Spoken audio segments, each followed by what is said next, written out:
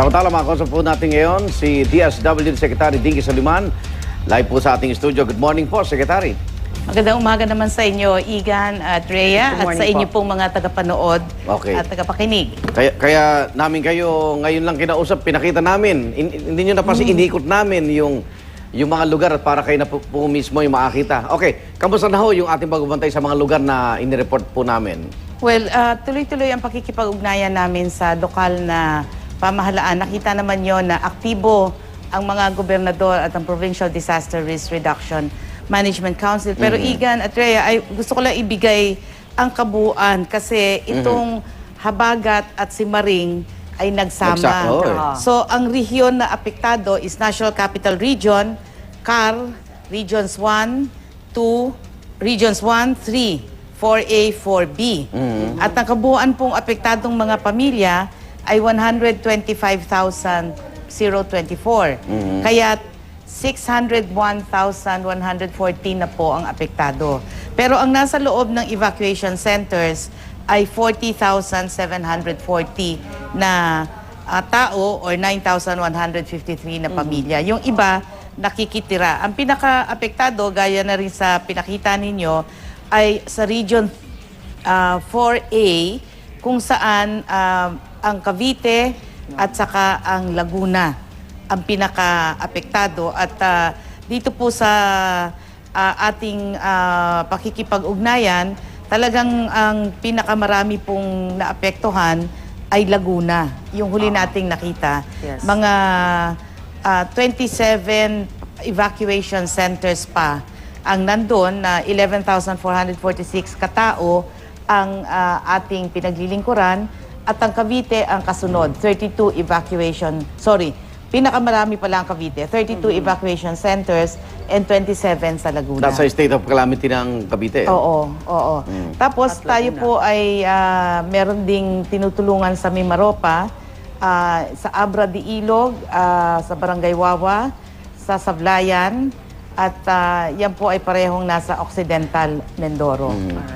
Usually, yung pangangailangan doon sa evacuation center, pinapakita natin, Secretary, pagkain o kaya yung pangpawi sa ginaw at kung ano pa. So, kamusta na yung distribution po uli natin? Baka maging problema na naman po. Gaya ng nabanggit ni Governor Remulla, kanina. Kausap at katuwang namin ang military, ang Armed Forces of the Philippines, and ang MMDA din, nagpapahiram ng kanilang mga sasakyan, at yun ang kasama naming naghahatid. So, ang ating naidagdag na po na tulong sa lokal na pamahalaan ay nasa mahigit 1 milyon, 1.7 million na po. Ang lokal na pamahalaan, 2.7 million.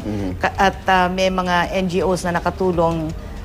Ang kabuuan, 4.4 million na ang ating panimulang gastos na sa relief goods pa lang. Pero yung bilang ng biktima, medyo konti lang po ngayon, ano? Kumpara sa mga nagdaan, di ba? Kaya mas madali rin silang mabibigyan ng tulong. At saka yung mga nasa evacuation center, hindi rin ganun karami. Pero naabot na ho yan, lahat yung mga evacuation centers. Hindi natin kailangan kaharapin yung problema na, hindi na makadaan yung ating mga truck. Walang ganung report sa inyo. Kahapon meron dahil malakas ang agos. Pati yung mga amphibian hindi makadaan sa lakas ng agos. Pero kahapon ng hapon, humuhupa, nakapagpasok. At ngayon, nakita naman natin, may mga ilan na talagang medyo kalma na. So, kinukuha yung pagkakataong maghatid ngayon. Pero, yun nga, bantayan pa rin natin. Huwag tayong umasa na pahupa na yan. Mabuting manatili muna yung mga nilikas sa mga evacuation centers. Kasi yun ang naging issue kahapon. Kahit na andun yung mga rescue teams, hindi sila makapasok dahil ang lakas ng current. And gaya nga na sinabi, sa Cavite lalo na, dahil nga dun sa high tide din. At uulan pa sa mga susunod na araw. Ang isa sa inaasahan dito rin yung pagbalik na nila, medyo sira na yung bahay. Di ho ba? So, may tulong ho bang dagdag uli? Kayo din po yung mamamahala doon?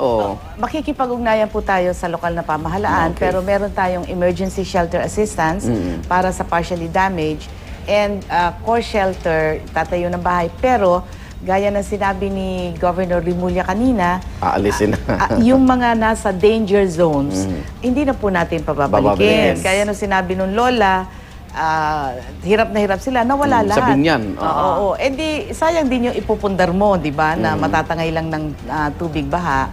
Kaya yung danger zones, yung hindi dapat may bahay, hindi na po tayo magpapatayo dyan. Siyempre, lokal na pamahalaan ho yan, pero kung tutulong kami sa core shelter, sa ligtas na lugar na po. Yes. Okay. Okay, maraming salamat po, DSWD Secretary Dinky Soliman.